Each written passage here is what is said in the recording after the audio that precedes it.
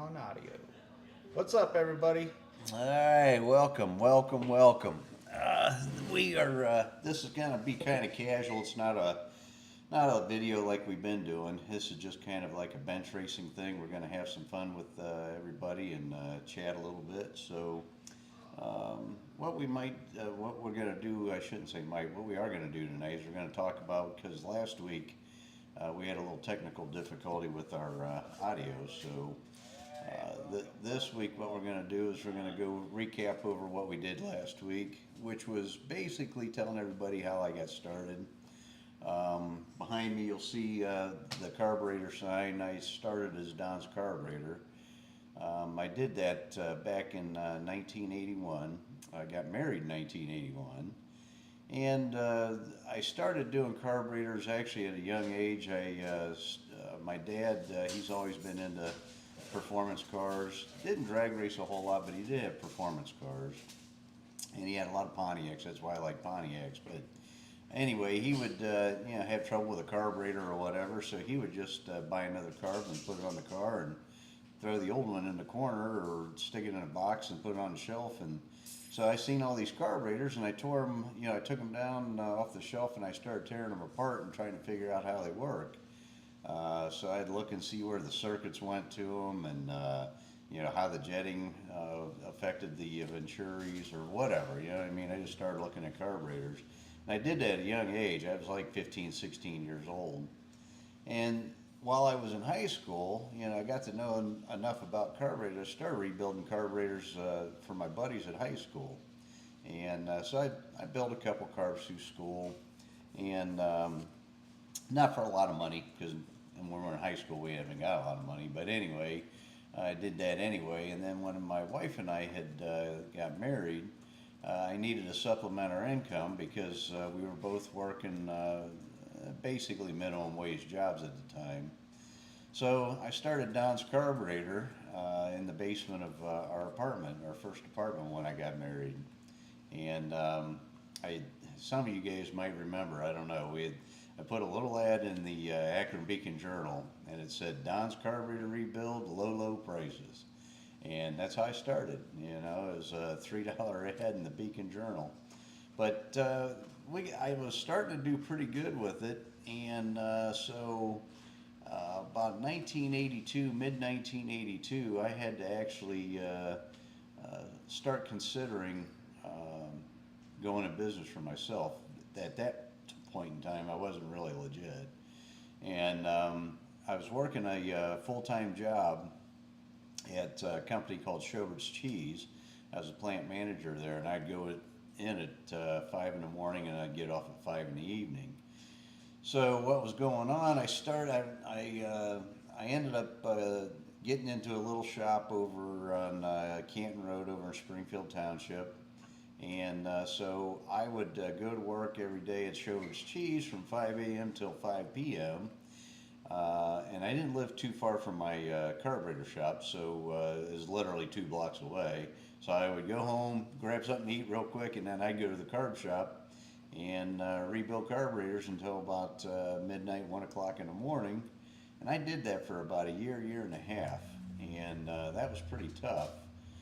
Fortunately, I didn't have any children at that time. It was just my wife and I. But regardless, if I wasn't as young as I was, I don't think I could make it, because I was surviving literally on 4 or 5 hours of sleep every day.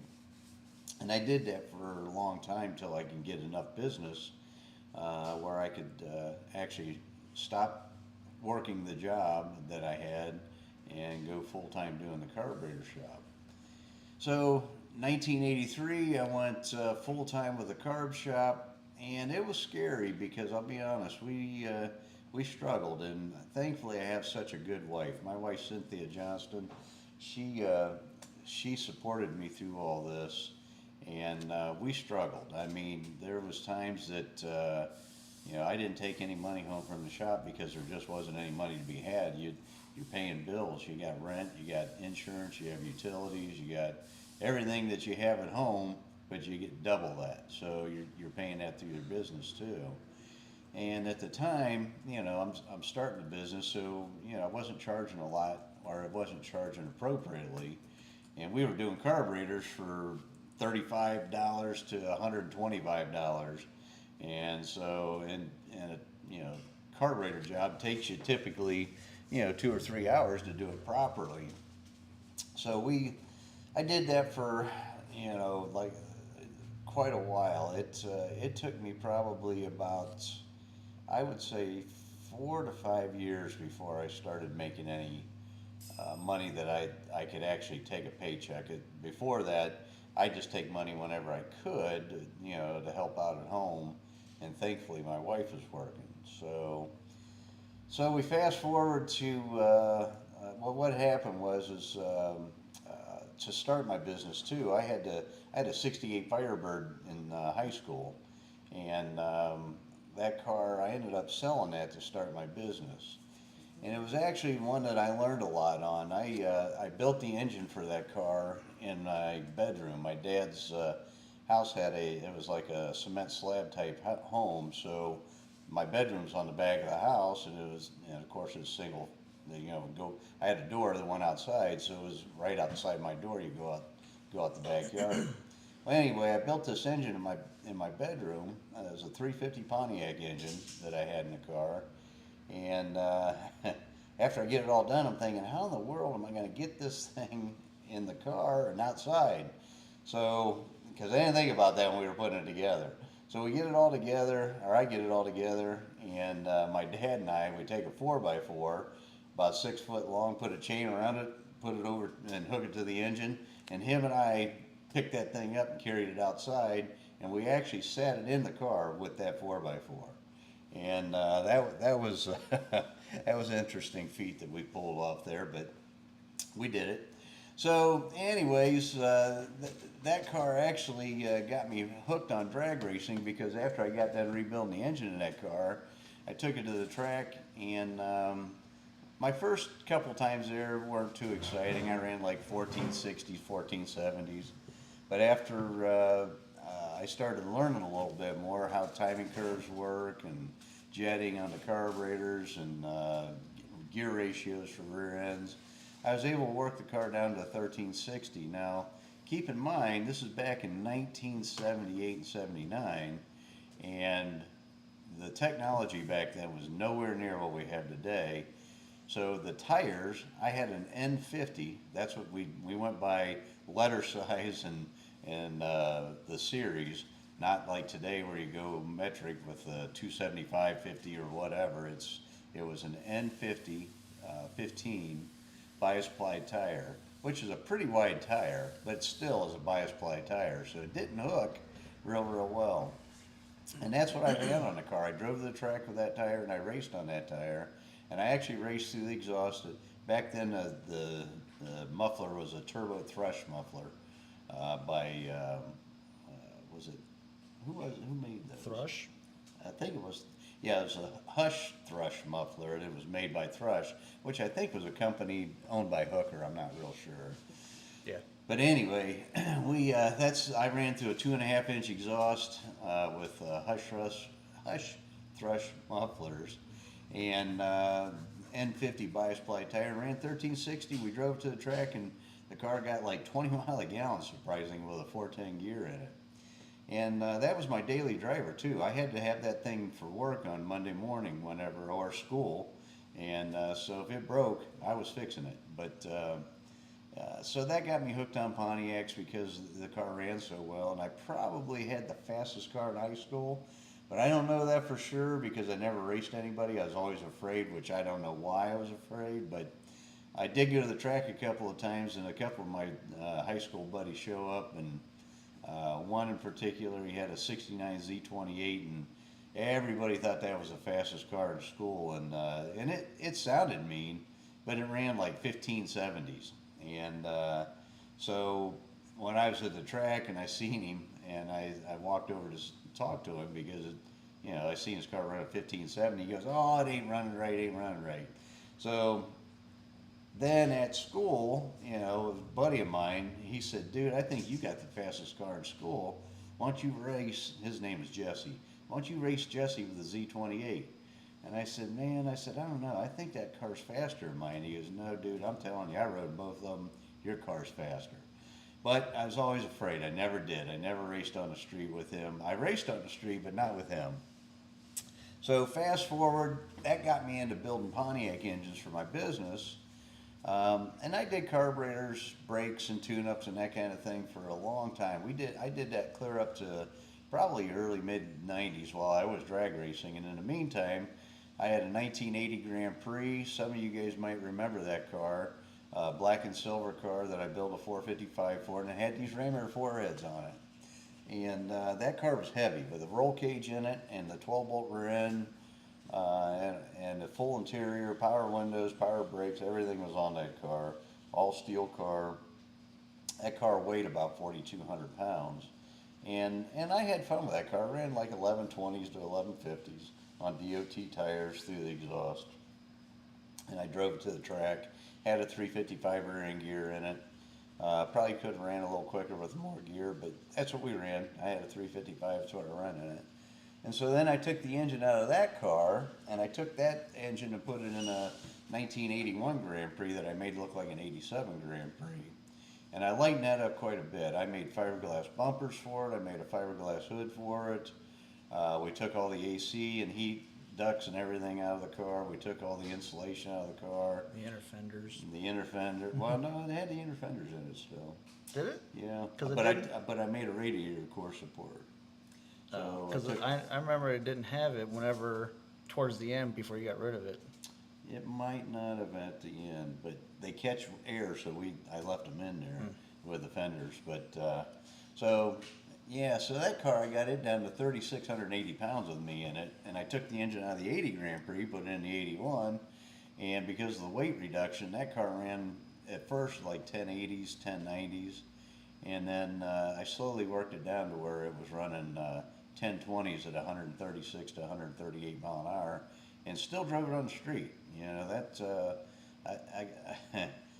I got a cop story I'll tell you maybe later in this video or this podcast. But anyway, so that car got me a lot of work, and that car, whenever I go to the racetrack, I did put slicks on that car a couple of times, and when it would leave, it literally left on the right rear tire.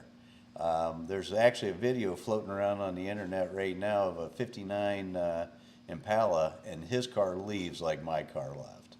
And it's pretty cool to watch. I wish somebody would have got a video of mine, but my car was such a big hit. When we go to the racetrack, and it's always night when you're racing, I'd pull up to the starting line, and people come around, and when my car launched, because it left on the right rear tire, the sky lit up. It was like daylight because everybody's taking pictures of that car, which is really cool. And so I raced that car for a long, long time, and played with it on the street.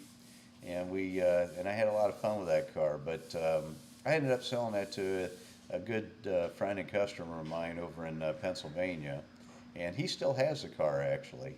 He painted it black. It was burgundy when I owned it, but it's black now, and so that that car and all my other Pontiacs that I built, that's what kind of got me known for my Pontiac engine building capabilities. So today, and then what happened was as time went by, I had a business partner, and I bought him out in 1995, and then I came out shortly after that with the Tiger Head. I designed a Tiger Head, and that's arguably one of the best cylinder heads, if not the best cylinder head right now for Pontiac engines. There's a lot of guys running that cylinder head today, and I designed that back in the late 90s, early 2000. And at that time, it was unheard of, even for Chevy heads. That head flowed 400 plus CFM. And so it was a really good piece. And a lot of guys are running that head today. And now we're making a DCI Raymer 5-cylinder head. Aluminum head, which I'm hoping that's going to knock the Tiger Head off the top here. We'll see what happens. We haven't got enough guys yet tinkering with it to get that thing worked out, but we're working on it. We do have some guys working at it, We have a couple guys running turbos and NA, and I don't have any nitrous guys yet, but we got a couple blower guys. So it's going to be interesting to see how all these packages come together. And then of course I've got one a Ram Air 5 engine in my wife's car, 68 Firebird convertible, which I can't wait till I get to do a video of that for you guys. That car is so cool. And I feel like I'm hogging the camera here. I don't mean to, son, but there's a lot we got to talk I'm about. just trying to see if I can find some old footage on YouTube of the Pontiac Nationals. Oh, okay, with the Grand Prix. Yeah. Well, you know what? ESPN was there one year, and they interviewed me actually, and the car was on ESPN. But I don't know if you'll be able to find that video or not. But that was way back in like 90, I don't know, like 92, 93, 94.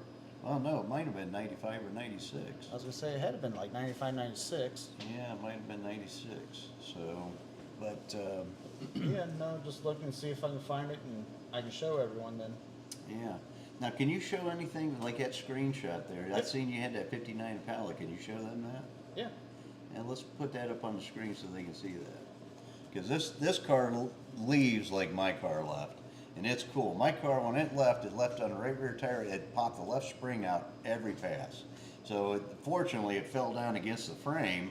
The car would come back all cattywampus, but I could reset the spring and go back and run it again.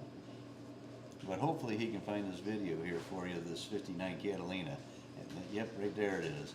That's how my car left. I didn't do that. He got a little carried away. But that's cool. Yep. So, and he's got a little tire on that car too. He's probably only got an 11-inch wide slick on that car. That's pretty cool. Yep. That's a twist. But yeah, that's how my Grand Prix left, and so it drove a lot of attention. ESPN was there one year, and I actually blew a head gasket at Norwalk Pontiac Nationals that year, and it shot flame out of the right exhaust because that's the head gasket that blew about, I don't know, 3 or 4 feet. And a couple people did get video of that, but I never got a copy of that video. But yeah, so, but yeah, I mean, you know what we're going to do this podcast about, enough about me. I just want to fill everybody in on how I got started and what got me involved in Pontiacs, and my business started as Don's Carburetor. That's what the DCI is for. Don's Carburetor, well, it's actually Auto Center on here, but it was Don's Carburetor Incorporated. So DCI, for abbreviation of Don's Carburetor Incorporated, and we called it Automotive and Motorsports. But so I don't know. We got there's a lot of things we're going to discuss. We're just getting started with this, so my head's spinning. I got a lot of things I want to talk to you guys about, but I got to be careful I don't try to cram it all in one show too. And so tonight I'm going to slow down a little bit. Maybe see if any of you guys have any questions that we can answer for you, and we'll go over some things like that. But we got a lot of cool stuff that we're going to do and show you, and we got that 71 Le Mans that my son and I are going to build with these cylinder heads that I ran back in the day. Yep. And it's going to be a 455. It's not going to be anything big. And once we get this engine all tweaked out and we figure out what it likes and how I feel like it's pretty much maxed out, then we're going to pull that engine out, and I might sell that. We might raffle it. I don't know. I don't know what we're going to do with that engine yet. But we're going to put a Ram Air 5 engine in the car next. So. Ram Air 5 engine, all right. Yep, that's coming. But yeah, so we got a lot of things that are going to be fun that you guys are going to want to see, I'm sure.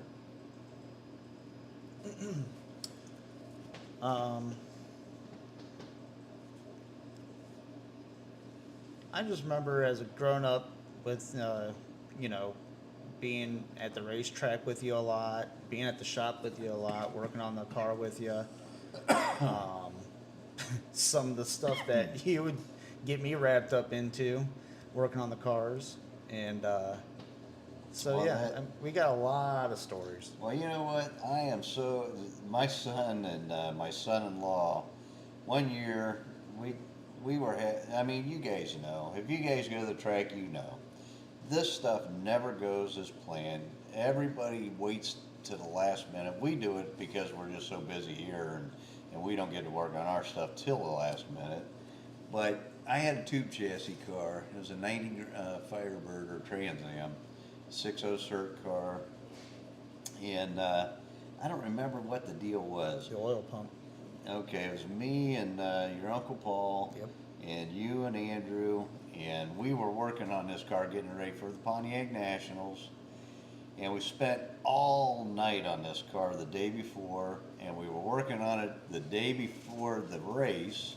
So the 2 days before the race, we worked on it all night. The day that we were getting ready to go to the race, we worked on it all day. And what happened? We fired that thing up and didn't have any oil pressure? Yeah, well, we fired up and the oil pressure was really low. And come to find out, the oil pump that we put in, the spring wasn't enough pressure spring.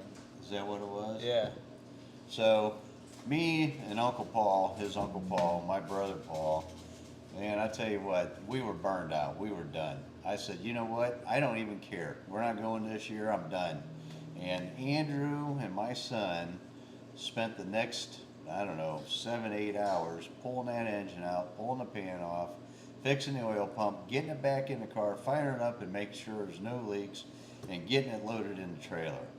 And you know what? God love them for that, because we would not have made it if it wasn't for that. So, you know what? You guys, kudos. You guys did good, man. I was burnt. I was done. You wanted to go racing, and I know we you spent guys way did. too much time working on it not to go racing. And money. I mean, you know what? We spent a ton of money, and it just I just didn't think it was meant to be. Yep. But that's what racing is. You know, anybody's done this. You bust your ass and you work hard and you spend a lot of money and you spend a lot of sleepless nights and time away from the family, and you know what? You get the thing all together and you're all excited, and then something stupid will happen. I mean, it'll be something that you're not even thinking of, or it's out of your control. And when that happens, it just takes the wind out of your sail. And my customers, they get pissed and vent at me, but you know what? I don't do it on purpose. It's not intentional. Right. I mean, if something gets stuck in the oil pump pickup, I can't help that. It is what it is. Oil pump drive shaft breaks, I can't help that. It is what it is. It just, stuff happens, and I tell guys all the time, man, if you can't take it, don't do it, because it is brutal. Yep. Don Gray wants to know, where is your shop at now? Well, my shop currently is in Atwater, Ohio, in a little township called Randolph. And we're actually on a main thoroughfare, so it's, I used to be on Gilchrist Road in Mogador, Ohio, which is about 20 minutes from here, roughly. Yep. Yep. Yeah. So, you know, tonight we're going to talk about a few things. Mostly, we'll probably go over some YouTube clips and talk about some wild builds that, you know, like my dad, because he's in the business, he knows what people are building on what cars and everything, and he might even be building a cool engine right now. So. We'll be talking some builds, some wild builds, some turbos, superchargers, naturally aspirated maybe, nitrous, or just a big cubic inch, big throw it in your face motor. Who knows? Yeah, man, share with us what you guys are building. Yeah. So, you know, that's what this is all about. This is bench racing night, man. Yep. You know what? I get guys that come in here all the time, all day long, wanting to talk engines and cars and tell me about their combinations. I'm hoping this opens up the door for them, so they can be with me for an hour. You know what I mean? Yep. I can't do that during the week when we're busy. I just don't Right. have time. Yep. Matter of fact, I keep the doors locked here. I don't let people in because we are so busy. I cannot talk. Yep. And it's frustrating to some of you guys when you come by. And I tell everybody, please announce yourself. Call me and let me know, because if not, you're going to come to a locked door. I keep the place locked up. Yep. So yeah, we got 10 viewers right now. So speak up. It's your chance to get the Does it show who's on there? No, it does not. I mean, I'm assuming Don Gray. But yeah, if you're, I mean, Say I'll hello. say- You yeah, know what? If nothing else, just say hello and let us know who you are, Yep. so we know who's there, exactly. and then we can, we can maybe expound it. Maybe that, I'm sure that as time goes by now, something that happened was I used to do seminars when I was at my Canton Road location. As you may see that Canton Road Motors right there.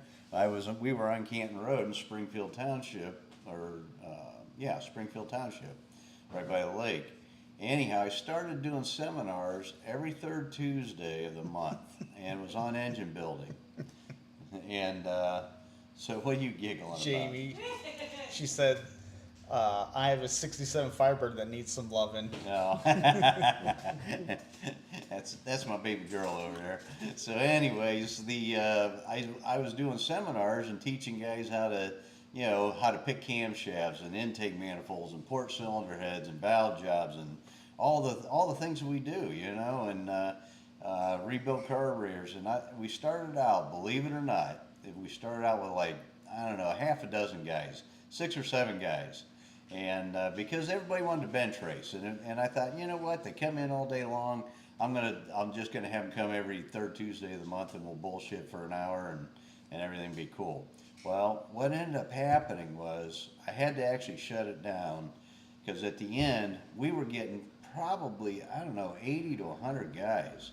And some of you guys are watching right now. I don't know if you came to any of those seminars or not, but you'll remember at the end, and it didn't take me long. It was like 9 months in, and we were getting that many guys coming, and all the surrounding businesses were getting mad at us because there was nowhere to park. They were parking in the furniture store across the street, and in the gas station, and in the other mattress shop next door. I mean, it was crazy, and we did really, really well with that. So I'm thinking that now we can do this online, so everybody can stay home. They don't even have to drive here like they used to. The only bad thing is I can't buy donuts and coffee for you guys now like I did, but we still might be able to do raffles. I did 50-50 raffles. We raffled off carburetors, all kinds of stuff. Valve covers. I mean, we had a lot going on at that time. And that was back in that was in the early 90s, I think. It was before I moved over to Gilchrist Road. I was on Canton Road at that That was time. early 90s. Yeah, it might have been late 80s. Rachel was alive, so she was born in 88. So it was like, if anything, probably 89, but probably 90 I think it was 96. 89, 90 is when I did that. So maybe some of you guys remember. You know what? If you guys are watching that used to come to the seminars, please pipe in and let me know. But I think it was late 80s, early 90s. And like my son said, I think my daughter was about 2 or 3 years old when I did that. And I'll tell a story someday about that too. My poor baby girl, I lost her.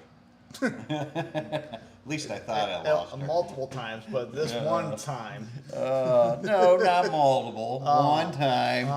I lost you once and I lost her once. Don Gray wants to know, do you remember a 64 GTO painted up called the Ancient Indian? Ancient Indian. Ancient Indian. I don't. I remember a 64 GTO. Was it from the Akron area? There was one in the Akron area, but it didn't have a name on it. It was a white 64 GTO gasser. And man, I loved that car. That was a really cool looking car. Sounds like a cool car.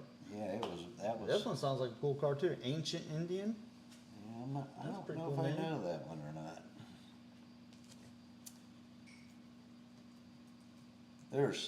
The Pontiac race has gotten so big, it's so hard to see all the cars there too. And then not only that, I've been in business for 42 years, so, I have so many customers there that, I normally set up a booth there. I haven't the last 2 or 3 years. And it's only because, man, I can't even eat or go to the bathroom. We're so busy at our booth, and The last couple of years, my dad's getting older. He's 84 this year, actually. And I wanted to spend a little bit of time with him and enjoy the Pontiac race with him before he can't go anymore, because he's getting to the age where he's telling me, every year he tells me, I'm not racing a car. Every year he tells me that. And every year he does. He did this year too. He ran this year, and actually ran good. The car ran, what, 11, I think he won 1181, 1182, and 1183. Yep. He's got a 69 Grand Prix street car. We drive it to the track, him and I, and he runs 1180s with it and drives it home. He said, Don Gray says, yes, by City Hospital. By City Hospital. Is he the guy I bought the Ram Air 2 heads from? Oh, that's a good question. I don't know. You know what? He went to a big block Chevy, and I bought a Ram Air 2 heads and a bunch of parts, and I think a 428 from him, or a 455. So if that's who it is, yeah, I definitely remember that car. It was right by City Hospital. I mean, like a couple blocks away. And then William Rossenberger said, I am your Ford guy. You sound good. Well, thank you. We do Fords too. You know what? I don't know if my buddy Bill Rosenberger's on tonight or not. He's got a 67 Fairlane that we helped him with. He's got an FE engine in it. And we ported the heads and did some valve work for him, got the valve train rocker set up for him and all that stuff. Well, that might be him. You said Bill? Yeah. Because Bill's short from William. Yeah. So, and you said Rosenberger? Yeah. Oh, well, maybe I mispronounced his last name then. What'd you say? Rosenberger? Oh, okay, yeah. Okay. Yep. Yep. So, yeah, I'm talking about you, Bill. All because my son can't read. I'm good at a lot of things, but reading and spelling's not one or two. Don says, and DJ says hi. Hi, DJ. Hey, DJ. And Don Gray says, I think he worked for Mac Tools. I don't remember who he worked for. I just know that I bought a bunch of stuff from him. That was when I first got started, too. That was like, man, I want to say 1982, 83. I bought that stuff from him. And I know where those Ram Air 2 heads are today. I know exactly who bought them, and I know where they're at. And as a matter of fact, I'd like to get them back from the guy. He's a good customer of mine, too, up in Cleveland, and I built an engine for him. And we used Bill Miller aluminum connecting, but good heads. I mean, there's nothing wrong with them. The reason I like the round port head is because you can put a big tube header on them. You know, with the D ports, you're limited. You can only get so big a tube on there because the center exhaust ports are crowded so much. You can't really put a big tube on them. And not very many companies make a big tube D port header either. No, if they do, they usually have the one single. Yeah, they got that one big tube in the center, two ports. Which, you know what? I've got guys that race with those, and they swear they run just as good as the 4-tube headers. The only thing I'm worried about is it might lean those two cylinders, and they already run hot because of the Siamese exhaust ports. But yeah, I don't know. Yeah, Don Gray says mid-70s. Mid-70s. Well, he owned that car back then, but then whenever I bought all that stuff out, he got pissed off. He was done. He was done with Pontiacs because he kept blowing them up. And so I ended up buying all his Pontiac stuff, and he put a big Chevy in that car. But yeah, I remember that car now. Yep. You know, there's a really cool car, and I don't know if Tony from Ohio Corvette's on tonight or not. But if he is, I'm not going to say, I can't talk about it too much right now, but I'm going to share it on my podcast. But they got a really cool 1964 Grand Prix convertible that's owned by a it used to be owned by a local machine shop operator, and he was a Pontiac guy. Anyway, this car is low mileage, pristine. I don't think the top's ever been down on the car. The guy bought the car brand new, turned it into a race car. He drove it for a couple years when going to college. Then he turned it into a race car. But it's this is a really, really cool race car. And I do believe Ohio Corvette's going to sell this car. Wow. So if Tony's on and he gives me permission, I'll tell you what it is. Yep.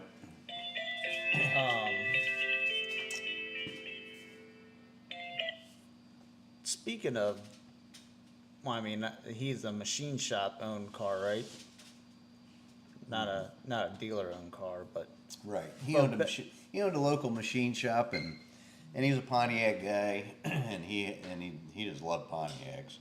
And but anyhow, he built this thing because he owned a machine shop. how many Pontiac shops around in the Akron area had like NHRA sponsored racers? I know that Ray Farrow, but I don't know if he was NHRA. Well, no, they ran NHRA or IHRA. Ray Farrow Pontiac up in Elyria, Ohio. I actually built an engine for that car.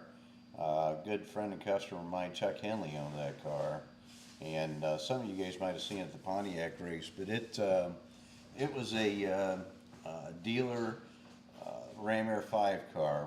How you got a Ram Air 5 car? You couldn't order from the factory.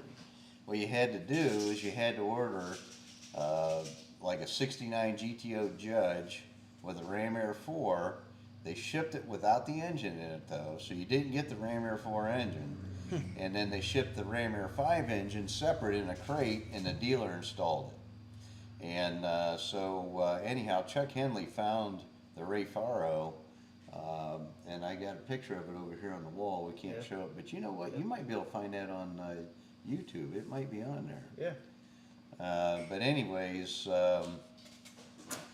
those are cool cars. You know, you because you couldn't get a Ram Air 5 car, you had to build it. The dealer had to install the engine, or you could buy the engine over the counter and do it yourself too. But anyways, Chuck found this thing at Skipco Auto Auction of all places, and it didn't have driveline in it, but it only had, I want to say, like 123 miles on it or something. It was very low mileage. The magazine article, or there was an article in Pontiac Magazine about the car, so you guys might have seen that. But yeah, so what my son's talking about, Knaefel Pontiac, Ray Farrow, Thompson Pontiac, Taylor Pontiac, but most of the big dealers were up in Michigan. Royal Pontiac had some Ram Air 5 stuff, but yeah, there's some really cool stuff floating around out there. Knuffle is the one I was thinking of, because didn't Arnie race for him for a short stint? No, Arnie Beswick didn't, but Arlen Venke did. That's who I was thinking of. Arlen Venke raced for Knaefel Pontiac. He was one of the drivers. Yeah. Yep. Don Graves was Kniefel Pontiac in Akron raced the Tin Indian. Yep, exactly. And you know what? I hooked up another customer of mine with a 70 Ram Air 5 GTO promo car from Knaefel Pontiac. They had two of them. They had one that was a drag car that Arlen Venke raced, and then they had another one that was a dealership floor model promo car. And my customer in Canada bought the floor model, the promo car. It was a silver car. And I built the engine in that too. I could have sworn I found that GTO, but I can't find it now. Did you punch in Ray Farrow? Yep. Yeah, that should have come up. That's what I would have thought. Put in 69 Ray Farrow Ram Air 5 GTO. It might come up that way. But I've been fortunate. You know what? I've been in business for so long, 42 years, and I know so many people, and I've had the opportunity. I've built a lot of engines for a lot of famous race cars and different Pontiac people that most of you guys know. And you know what? I don't like spreading names. It isn't my thing, but a lot of you guys know who I did these things for. because a lot of them ended up in magazines. You know, we've had a lot of magazine articles here at the shop. Yep. Don says it was 64 GTO, and he grew up down the street from Arlen. Huh. Small world, huh? Yeah, that's pretty cool. Mm-hmm. Yep. I bet you he had a bunch of guys just hanging around the shop all the time. Those guys lived in the dealership. I mean, you know what? They were racing all the time. So if you racing, you're working on the cars. And Knaefel had some really cool race car stuff. I mean, they would have 2-3 race cars. They had another driver too. I don't know what his name is. Maybe Don Gray knows who it is. But there was another driver besides Arlen Banky. And Arlen Banky, eventually, he went to Mopar. Yeah, he had. I don't think it was a Mopar Missile, but he had, Brownie. He had a car called Brownie, and that was a Mopar.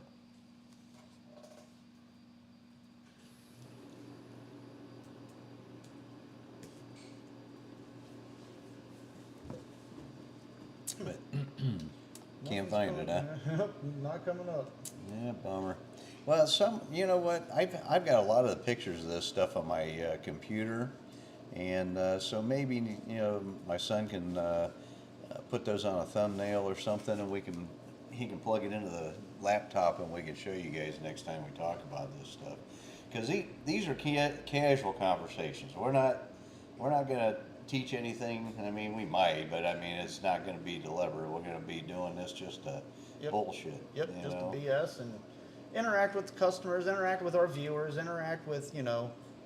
And I might break down camshafts and stuff like that, but we're trying to build our YouTube channel and our podcast right now. Obviously, this is our podcast, we're live, but we're also building our YouTube channel too. So we need subscribers, man. Send us people. Yep. Help us out so we can get this going. Right here's pretty cool. This is I don't know who that guy is, but he has the Tin Indian Super Duty Pontiac. Yeah, that is pretty cool. Yeah, there's man, I tell you what, there's so many guys. What's happened is I got so many customers and friends now, and I'm sorry, some of you guys I don't remember. I got so many people.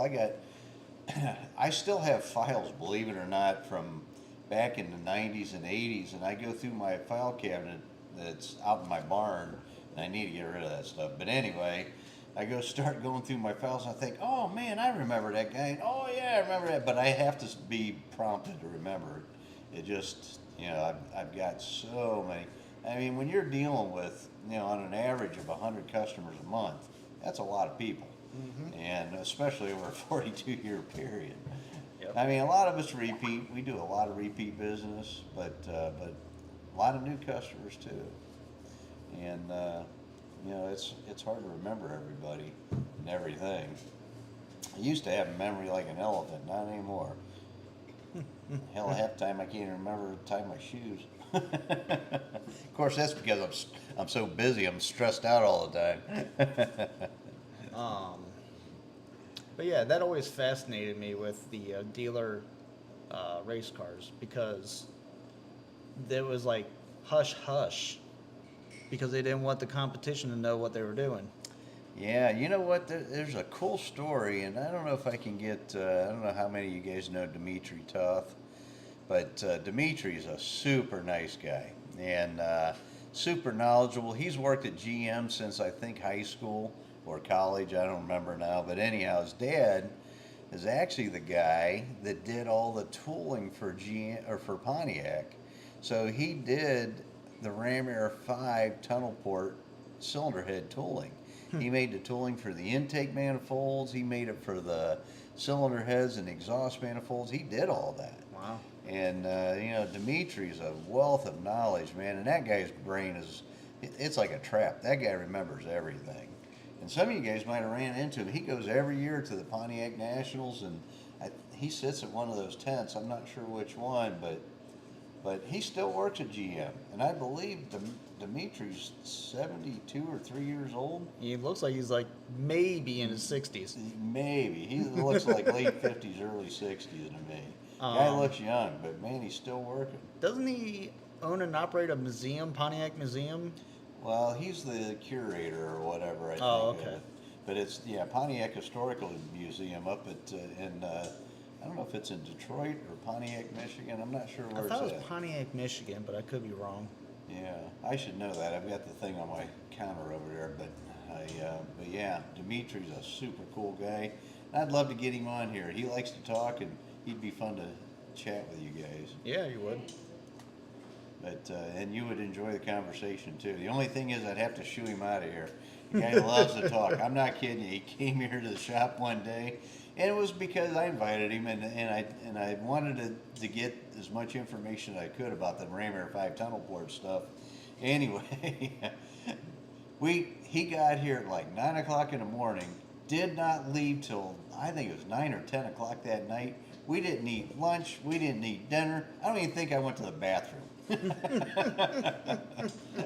The guy was just constantly just telling me all about all the things he's seen at GM. I mean, it was really cool. I mean, and we recorded some of that.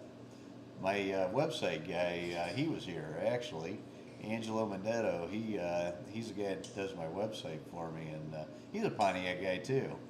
And he tried to get me to do this podcasting thing a few years ago, but man, I was just so busy and I just didn't have time.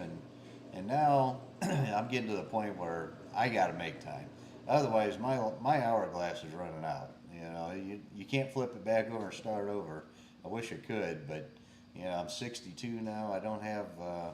You know, I don't know how much longer I'm work. Maybe another 40 years. Who knows? I'm fortunate. I got good genetics, and a lot of my relatives live to be 100 years old. So I don't want to work that long though. And I like drinking beer, so that might shorten my life. Who knows?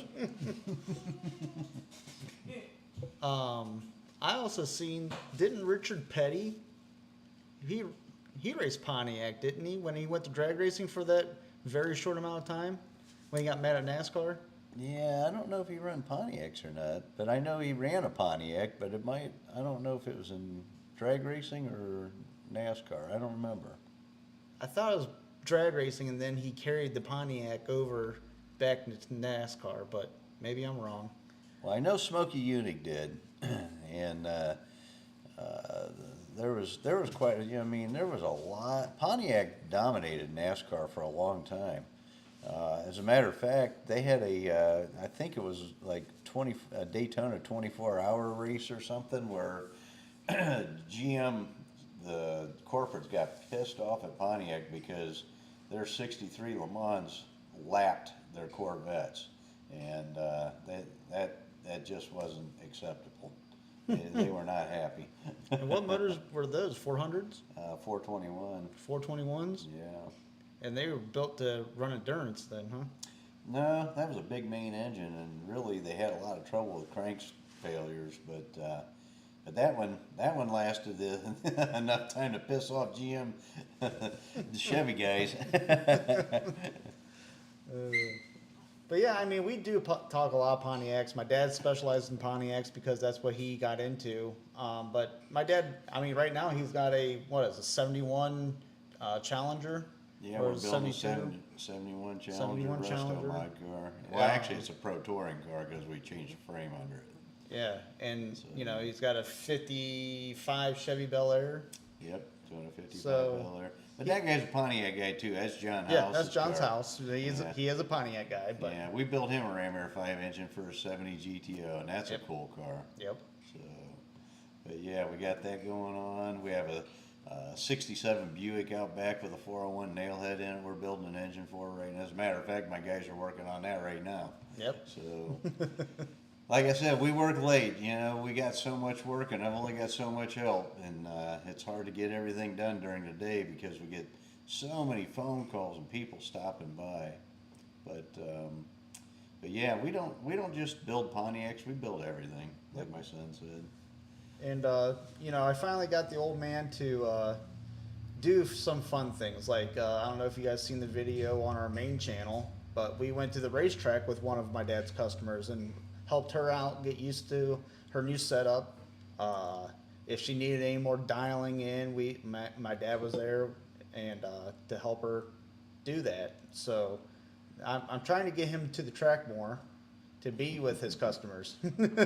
Well, you know what? It's great. I love everybody. I do. I mean, you know what? My customers are awesome to me. So I like spending time with you guys. It just I need 100 of me. I don't have enough of me to go around. And who he's talking about is Tina and George with the '78 Blue Trans Am. Mm-hmm. And you know, they're good people. I love being with them. They were fun. Yep. Their cars, she's got a beautiful car. She's had it since she was like 16, 17 years old. And it's a street car, you know, and she drives the thing or races it herself. And I think Tina's 62, I believe, same age as me, which is cool. And so she's out there doing her thing with her Trans Am that she's had since high school. Yep. And the car runs 11s. It's a fast car. Yeah. Yep.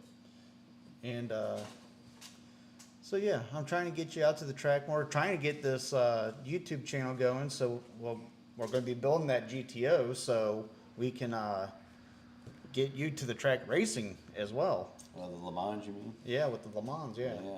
Yeah, you know what? I got some other cool stuff that we're going to do too. I've got I just picked up a 65 GTO from a guy over in Pennsylvania, and it's got a Jeffco transmission. And I don't know if you guys know what a Jeffco transmission is or not, but the guy's name's Jeff, obviously. He used to work for Lanco, and he tried to talk Lanco into doing a transmission for the street that you could downshift. And they didn't want no part of it. They just wanted to build racing transmission. And go figure. They have. Do you see that one that they have now? It's for the street. Oh, really? Mm-hmm. Lanco does? Yep. So It's they called the copied, SR21 or something like that. So they copied the guy. Yeah. He quit, developed his own Lanco transmission, called it Jeffco, and you can drive it on the street. And I have one of them transmissions. So it came in that 65 GTO that I picked up. So that's something else we're going to play with. You know what? Stick shift cars are a pain in the butt because of clutch and, you know, a lot more maintenance than an automatic car. But I don't know. You know what? We're going to do fun, cool stuff. I don't care. I'm going to have fun. Thank you, Don. Appreciate that. Yes, please hit the like button, turn on all notifications, subscribe. And then Don also said a lot of ponchos go to 42 when they go. Oh, really? Yeah, so. Oh, cool. Yeah. It's been a while since we've been there. Yeah, I was going to say, I heard 42 is like beautiful now. It is. You know what? And I heard the traction's decent there too. So yeah, well, I'm going to get out there. We'll definitely get out. Oh, yeah, absolutely. That'll be fun. Yep. And we'll have maybe the golf cart. So if you guys see our golf cart, it's going to have the DCI Unleashed and Yep. you know, our YouTube channel all over it. So say hello whenever Oh, we're yeah. out there. Don't run in front of us to stop us, but holler. Yeah, he might be drinking. Yeah. Well, my wife might be driving, and she that's just true. keeps going. Or your Uncle Paul. Yeah, He definitely run, my He Uncle runs Paul. into buildings. Yeah. Yeah, he don't care what's in front of him. Right. Yeah. So, but yeah, but we plan on doing this every Wednesday from 7 to usually 8, unless we get a bunch of people asking questions, interacting a lot. But, you know, every Wednesday, 7 p.m. Eastern Time is Yes. what we do on the DCI Motorsports Unleashed channel. So we have two different channels. Yep. You guys have to know that. We got the DCI Motorsports Yep. 1111. That's and our main channel. That's our main channel. And that's the one we're going to do YouTube videos on. Mm-hmm.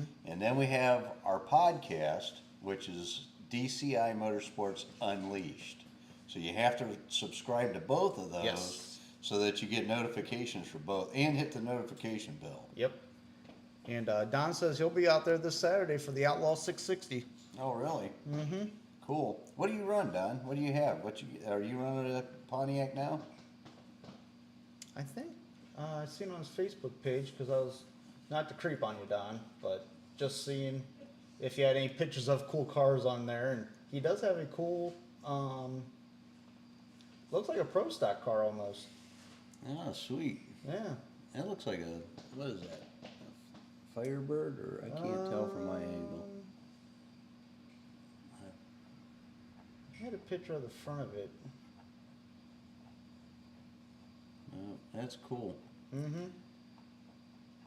You know what? It's been a long time since I've been to Dragway 42. The last time I was at Dragway 42, we were with other customers of ours, Mark Billings and Christine Billings. They got Big Boomer and Little Boomer. He had a 71 Firebird, and she's got a I think he had a 70 and she's got a 71. That's a Camaro, it looks like. Oh, he has a top dragster. Oh, okay. Yep. So this must be a buddy of his then. Got it. There. Is that it? Is that the With one? a Hemi engine in it? Got a Hemi with a Kings of Vapor sponsor. That looks like Edis. Yeah, that's a sweet looking car. Mm-hmm. Nice rig too. But top dragsters are. I bet you those are fun to race. Hey, you know what I got? I got a. I bought a rear engine dragster. It's an old one, but I bought it so that on my chassis dyno, and we're gonna do. Maybe we'll do a podcast with the chassis dyno one night too. We'll throw something on the chassis dyno and have fun doing that. But anyway. I bought a rear engine dragster so that I could put engines in it and we could test on the chassis dyno until I get my engine dyno up and running. I've got a Stuska dual brake engine dyno too, and we're going to get that up and running as well. We got Ben from the car farm over here in Alliance. He's going to help me out, him and his buddy Nick, and we're going to get that up and running, plus the chassis dyno. And that chassis dyno, I was afraid to do any customer work on that. I mean, I'll test our engines and stuff on it, but I didn't want to have a customer come in here and tune on it or pay me for dyno runs because I didn't think it was real accurate yet. But I'm thinking it's okay because we've had a good friend of mine, Jude Schnabel, came over from Jersey and brought his portable chassis dyno over, and we dynoed Brandon, the guy who works for me, his car on it, and then we threw it on my dyno, and we were within 7 horsepower of each other. So Oh, that's close enough, yeah, I'd say. no, I'm thinking that's good. Yeah. I'd call that repetitive. Yep. So Don says that they run an 2018 Camaro, and they're Okay. looking for a big inch Chevy for a 66 Vet. nice. That'd be cool. Yep.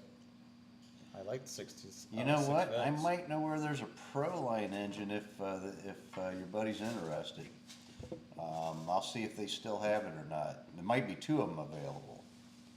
And they're wedge heads. They're not the Hemis. Everybody's going Hemi now, but they're wedge head motors. But still, Proline, those are usually billet blocks and stuff. Yeah, I don't know I don't know all the details. I can find out though.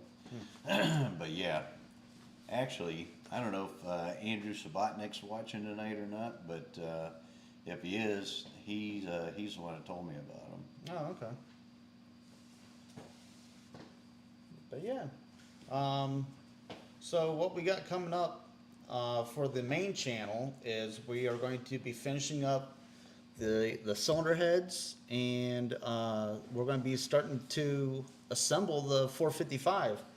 And once we get rolling with that, I mean, that's going to be in the car probably soon. Well, I'm hoping. You know what? We still got to do the push rod relocation on these heads, and finish up. I got to wide port these ones first, but those ones there we can get the push rods in them.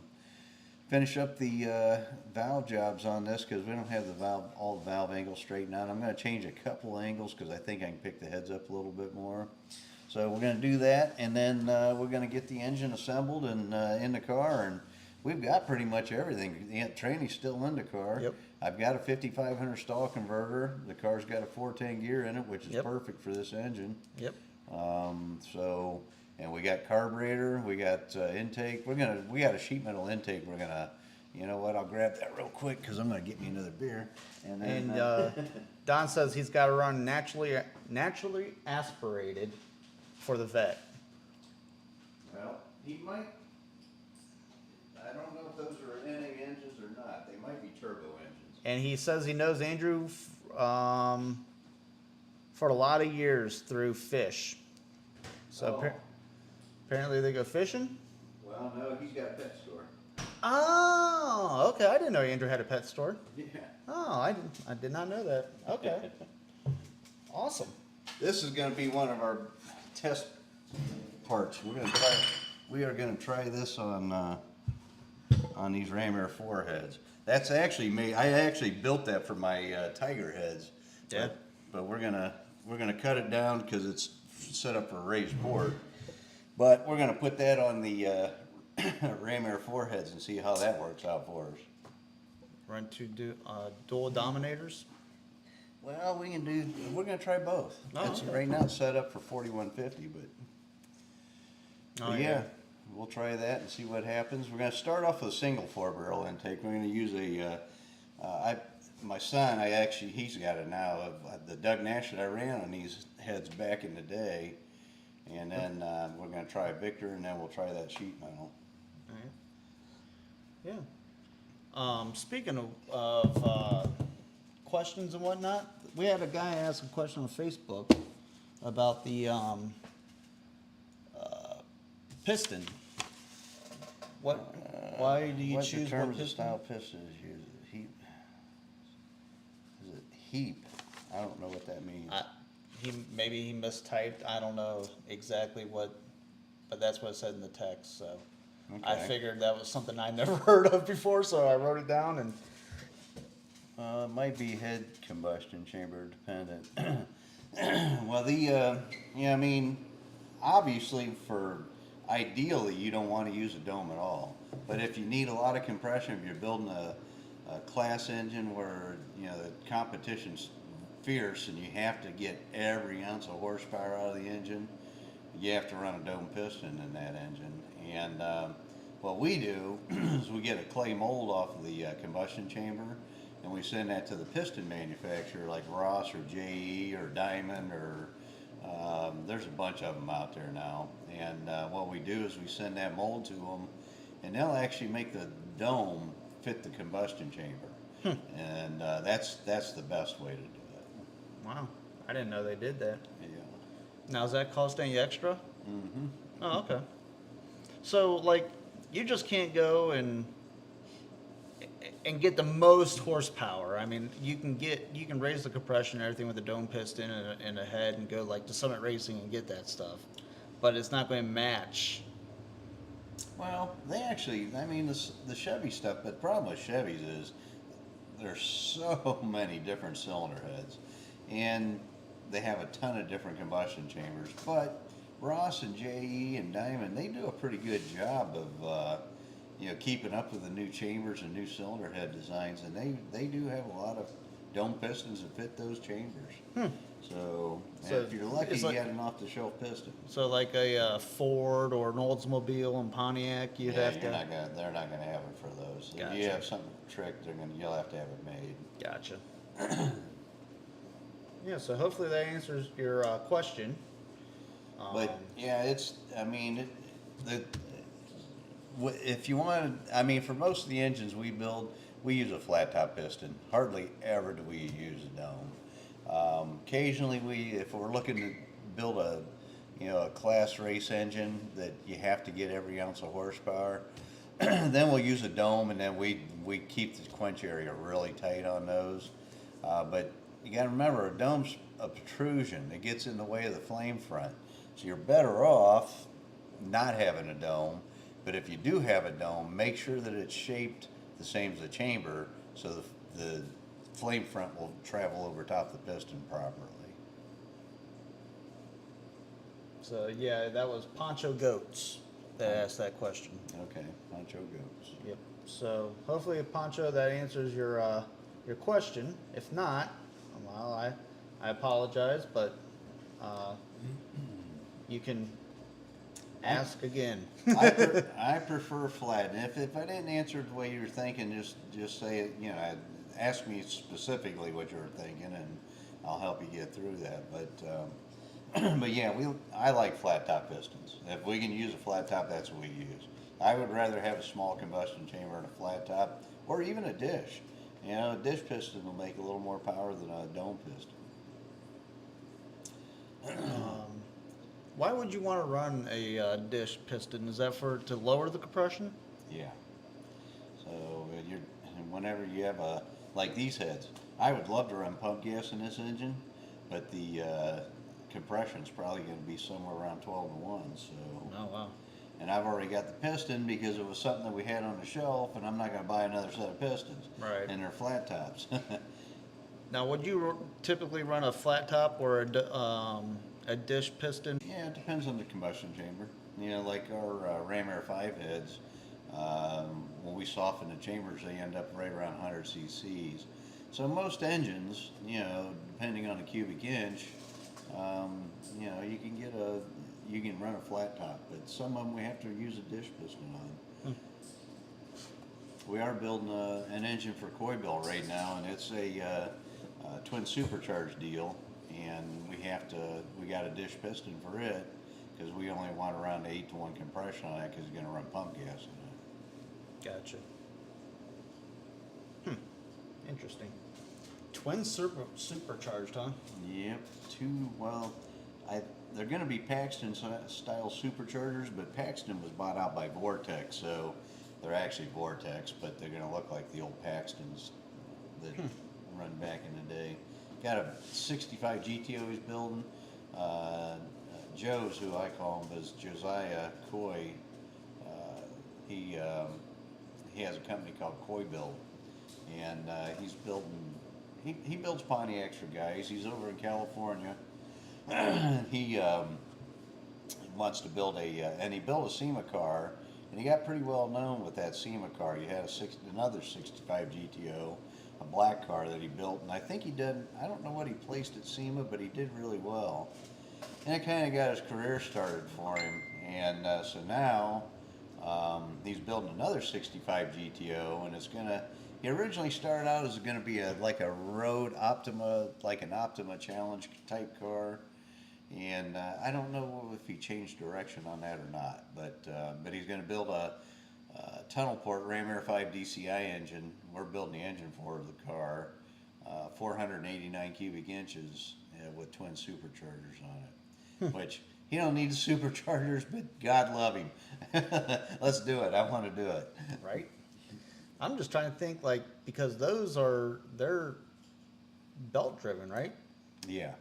Yep. So. They're centrifugal stuff. So he's going to have like a big, huge belt system on the front of that? Going to have two superchargers hanging out there. Yeah, that's cool. Going to have some biggins. Yeah. But yeah, so, you know, we are going to do this stuff here on this channel.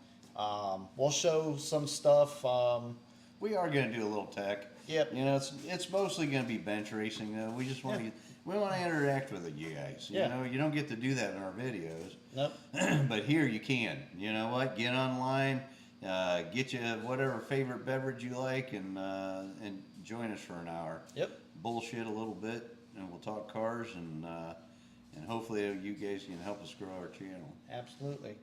And then our main channel, we are going to be doing a lot of YouTube videos, and we got a lot of stuff coming up. We're just getting started.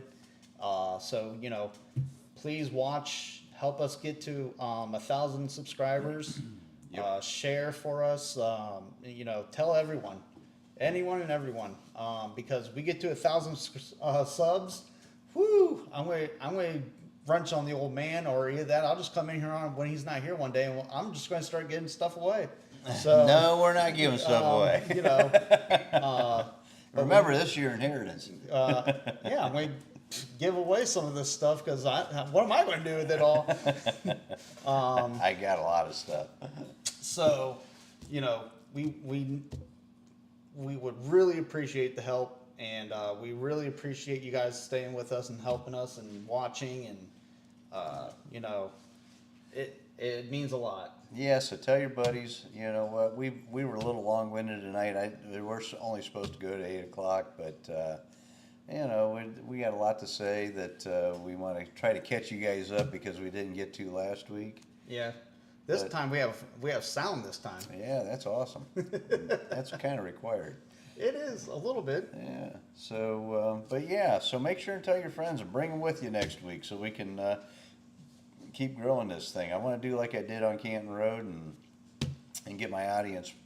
You know, I'd love to build 1 million. You know what? I'd like to have 1 million subscribers, and that'll happen if you guys help us do that. And I appreciate any help that you guys are willing to give us, and make sure and tell us what you want to hear and see, and what you like and what you don't like, or you know if you know what you want to see me get him in a headlock. It don't matter. Whatever you want to do. I ain't scared. Well, you don't need to be scared. I'll take you on, old man. All right. Well, But, hey, yep. make sure and join us on both our channels. Don't forget we have YouTube channel for our videos, and we have our podcast. Yep. And the podcast is DCI Motorsports Unleashed, and the other one's DCI Motorsports 1111. Yep. And I dropped the link in the comments, so please click on that to follow that over, or not. You know, DCI Motorsports 1111, and again, thank you guys for hanging out with us tonight. We had 10 viewers, pretty much solid the whole night. So That's awesome, that man. is Thank awesome. you so much for showing up, and hopefully we'll see you guys next week. Yep. And I will post. Thank you, Don. I will post the other link to this channel that we're on now in the comments as well. And that way, you guys, it's easier for you guys to share it that way. And yeah. So with that, thank you guys, and see you next week. Good night.